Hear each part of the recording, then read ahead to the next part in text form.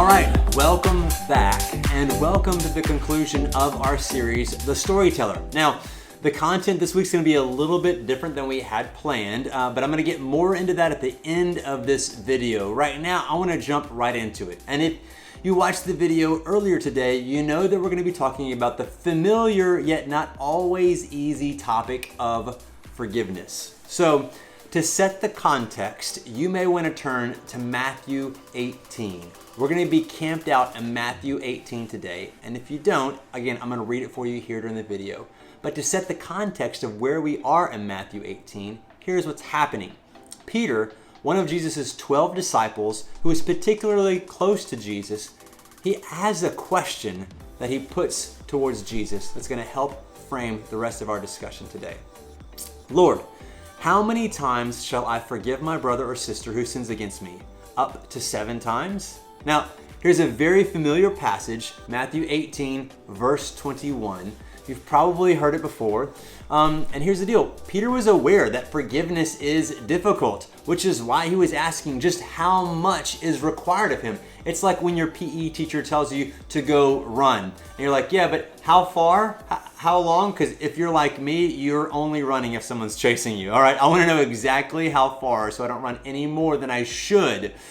And Peter felt like his question honestly gave him a little bit of brownie points with Jesus. Because if you're familiar with anything of the Jewish law and culture at the time, what he was actually asking for is above and beyond what the standard level of acceptance for forgiving another person. Yeah, I know, there was an actual standard of forgiving someone.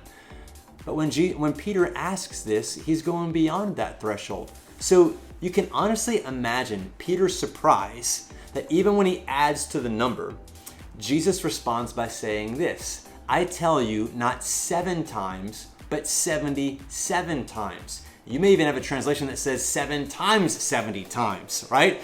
Now, did Jesus literally mean that we were to forgive someone 77 times or bring math into the equation of 70 times 7 times? No, he did not. He had something bigger in mind here that he wanted to teach Peter and honestly us. And so he pivots and he tells this story. Therefore, the kingdom of heaven is like a king who wanted to settle accounts with his servants. As he began the settlement, a man who owed him 10,000 bags of gold was brought to him. Since he was not able to pay, the master ordered that he and his wife and his children and all that he had be sold to repay the debt. At this, the servant fell on his knees before him. Be patient with me, he begged, and I will pay everything back. The servant's master took pity on him, canceled the debt, and let him go. So just so we're clear here, 10,000 bags of gold is like $1 million today, okay? And to try to frame this, I don't even know if you can understand the weight of $1 million. I mean, if you're in 7th grade or even 10th grade, $1 million, owing someone $1 million is like saying you're gonna fly to the moon and back. I mean, it's just preposterous. So let me boil this down. Let's say maybe you have your parents' car or you stole a car and you did damage in the realm of, I don't know, $50,000, $75,000. How about that? Okay, because I have a hard time imagining $1 million. I have a hard time imagining $100,000.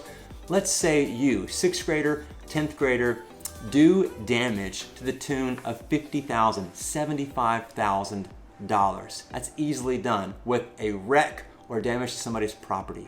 And you are held accountable for that damage, for that money, for that liability. You are gonna have to pay back that $50,000, $75,000. You are gonna be shipped off to some boarding military school. You may be sent off to juvie, and then you will have to pay back all that money once you're released from juvie, once you're released from military boarding school, with interest to pay all of that money back, with a record, with all of that weighing down upon you.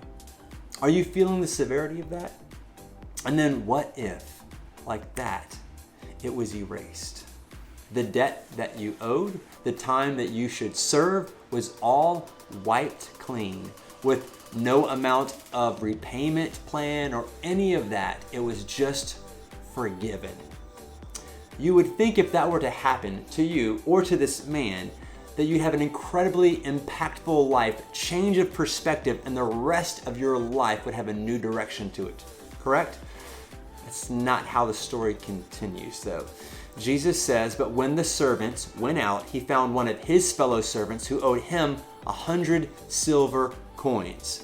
So immediately we know where this is gonna happen, right? We know what the guy's supposed to do. Forgiven $1 million, 100 bags of gold coin, he runs into a guy that owes him $5, right? We know what he should be doing.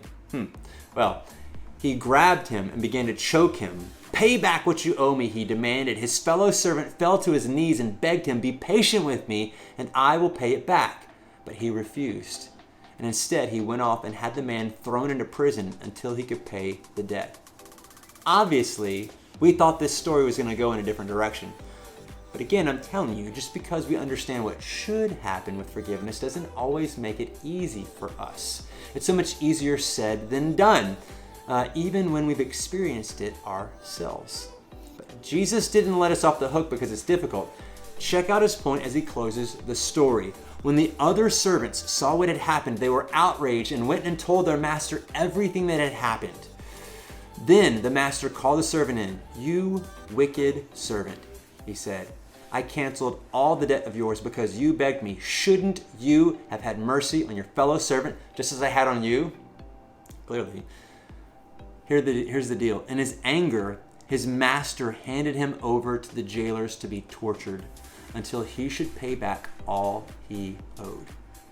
The man missed an opportunity to show a small amount of forgiveness immediately after he was shown a huge forgiveness by the master. And then Jesus adds this exclamation point to his story. Matthew 18, verse 35, "This is how my heavenly Father will treat each of you unless you forgive your brother or sister from your heart." So what does Jesus mean by this exactly? Remember, this is a parable. It's a story with a point or a lesson for us to learn. Does it mean that literally, if you don't forgive someone, that you're going to be held on to that, you're going to be thrown into jail and tortured? No. But think about it this way. The last time that you held on to a grudge or decided not to forgive someone, who was it that hurt you the most? Was it the person that you refused to forgive, or was it you? And that's a weird thing. Obviously, the person that you refused to forgive hurt you. They hurt you. But are they doing more hurt to you than you are yourself? Because refusing to forgive is its own kind of punishment and torture. The person who hurt you probably just went about the rest of their day, is going about the rest of their life. And yet, refusing to forgive that person is doing mental, emotional damage to you and ultimately spiritual damage. It's putting yourself in your own imprisonment. So back to Peter's question then, right? How many times should I forgive? Is forgiving 7 times enough? No, it's not. If you're keeping track, it means that you still haven't let it go. You're forgiven enough when you're no longer being tortured or holding on to the offense that has been done to you. You've forgiven enough when you're free. But that's not all either. See, the point of the story is that it also shifts the attention away from what has been done to us and towards the things that we've done, the things that God has gone out of his way with his incredible grace and mercy to forgive us of. See, it's really easy to hold on to a grudge when we think that we're the good ones and that we're the ones who are right. But when our eyes are open to all the ways that we aren't perfect either, giving other people a break becomes a lot easier. And let's be clear. See, here's the deal. Jesus has forgiven us a lot. And if he can offer forgiveness to you and me for the things that we've done, then we can pass that forgiveness on to others. And our simple bottom line, forgive like you've been forgiven. And as long as we think that we're better than someone else and that what they've done to us, forgiveness will be a tough thing for us to demonstrate. Again, as long as we think that we're better than someone else and what they've done to us, right? Forgiveness is always going to be tough. But as Jesus' story points out, it's all connected. See, our ability to forgive others is directly tied to our willingness to receive forgiveness. And we can't expect forgiveness from others if we aren't willing to give it as well. See, for many of us in the church, we have to remind ourselves that we're not as perfect as we sometimes think we are. Think about it. Our pride is an ugly obstacle to loving and forgiving others. Our judgmental attitude cuts others to the core. Our secret sins are bigger and could hurt more people than we care to admit. Our words towards our parents would surprise a lot of people. Our envy and jealousy may not show itself on the outside, but we know it's brewing on the inside.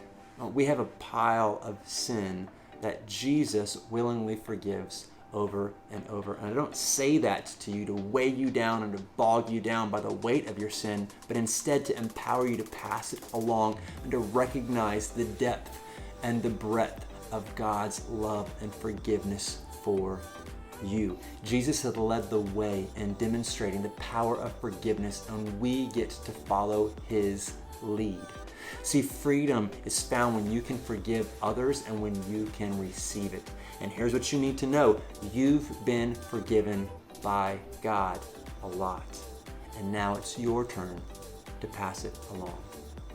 So, I want to conclude this time with just a little bit of instructions. There's going to be another video that we have just on this issue of forgiveness that we're looking to drop later this week. So be on the lookout for it. Tune back into our small group discussions. Again, this topic, familiar, right? But very difficult to put into practice. So, again, bottom line, forgive like you've been forgiven.